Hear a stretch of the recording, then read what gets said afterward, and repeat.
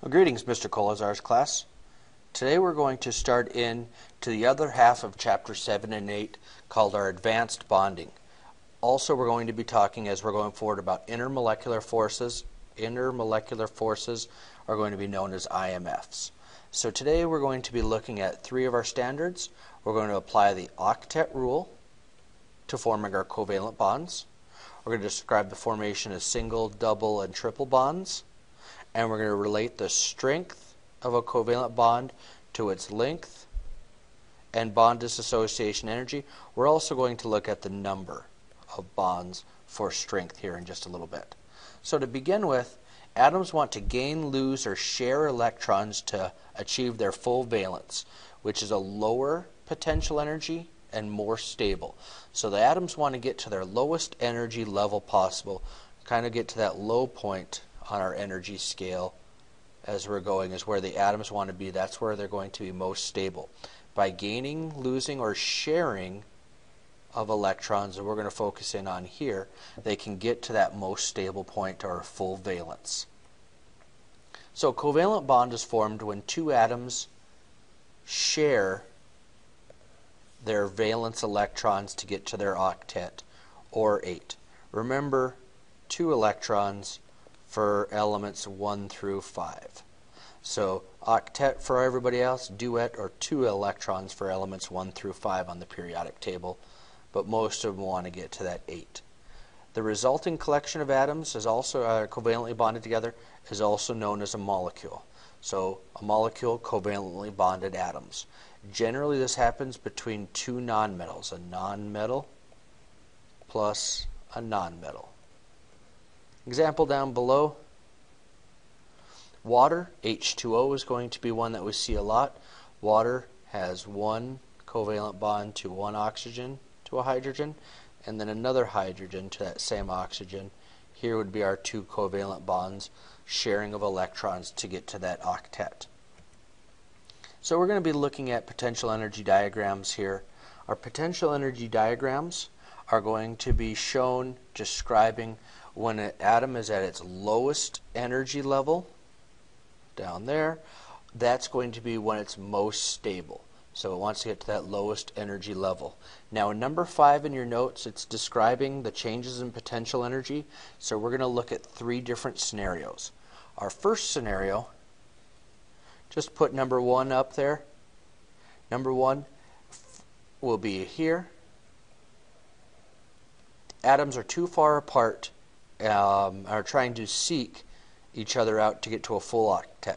So like hydrogen, hydrogen, too far apart so they can't share their electrons.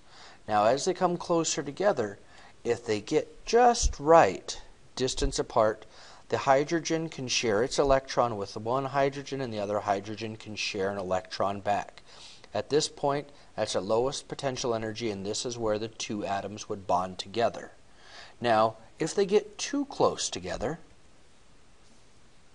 our third version, so that would have been number 2, our third version is if they get too close together, then they're going to repel each other. The nucleus of one, the positive one, is going to repel the positive of the other, and that's why we have a higher energy. They would push apart from each other. So this is also unfavorable. So number 2, the just right porridge, too far, too close together. So both of those are higher energy amounts. In the end, what it kind of looks like is the positive hydrogen from one nucleus and the positive hydrogen the other, and that outer electron is going to be shared between these 2. And if one electron is being shared with one, an electron from the other one is being shared back and forth. So they're sharing each one electron to make that covalent bond. And then as we're going, starting on number 6 on the back page, bond length. Bond length, distance between the nuclei and the bonding atoms determines by its lowest potential energy. So at the spot where they're at that right point, the distance between the 2 atoms is known as the bond length. Bond energy is going to be the energy required to break the bond. It's directly related to the strength. So think a lot of times the strength of the bond and the energy of the bond. Bond energy and bond strength are directly related, or the same idea. The amount of energy needed to break that bond between the two is what we're looking at there.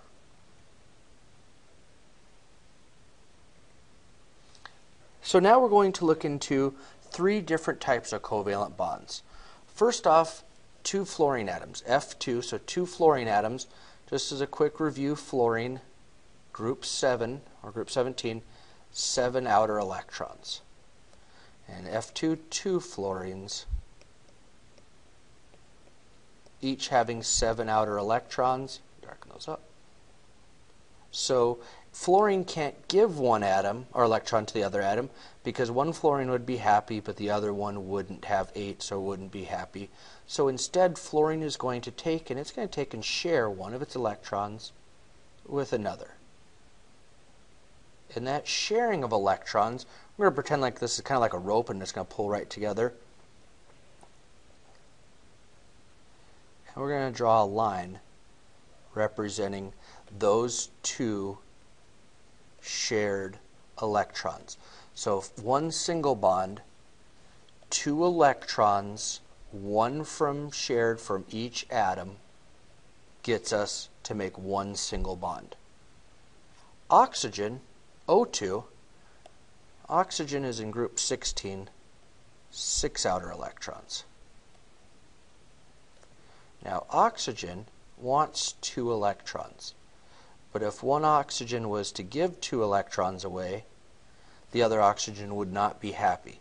So what happens instead is oxygen is going to want to share not one set of electrons with another oxygen, but it's going to end up sharing 2 sets of electrons. And what we have now is one oxygen and our second oxygen are bonded together, and 2 covalent bonds have been made between the oxygen atoms. To make a 2 covalent or a double bond, you need to share 4 electrons. 2 electrons are shared from the first oxygen, 2 electrons are shared from the second oxygen. And our final one, triple bond. For a triple bond, nitrogen, group 15, 5 outer electrons, and a second nitrogen for N2 are going to come together. And this time, nitrogen wants 3 outer electrons, so it's going to share 1 set, 2 sets, and finally 3 sets of electrons. So in the end, nitrogen, to be happy, so that both atoms can have 8 electrons around it, it shares those outer electrons and it forms 1, 2, 3 covalent bonds. 6 electrons are needed to make 3 covalent bonds. 3 electrons shared from each atom to get that total of 6. So as we're going, single bond, double, and triple bond. Each one gets stronger. So we've got single bond to double bond to triple bond. Triple bond, if you think about 3 parts together, are much stronger. So 9 and 10 you're going to work on your own. In 9, you're going to use your notes and the information from 9 and that chart to create a diagram. Note that the y-axis is negative. What it's saying is that equals the amount of positive energy from that diagram in order to break the bond. So you're still going to chart it out number-wise just the same. And then what you're going to do is you're going to look into number 10. Number 10, you're going to use the diagram and the chart of information from 9 to answer A through D. Now it's comparing direct and inverse together. So direct, if one increases, the other increases. If one increases for inverse, then the other one decreases. So we'll help out on A. A asks for length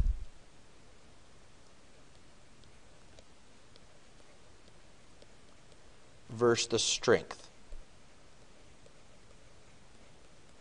Now, if you look into your information in that chart, if you look at the length versus the strength and you compare, say, hydrogen and fluorine together, the length, hydrogen is a shorter bond, so less length, but it has more strength than if you look at fluorine, has a longer bond and less energy. So for A, bond length compared to strength is going to be inverse. As length increases, strength decreases. So length would go up, strength would go down. You're going to complete B, C, and D in that part.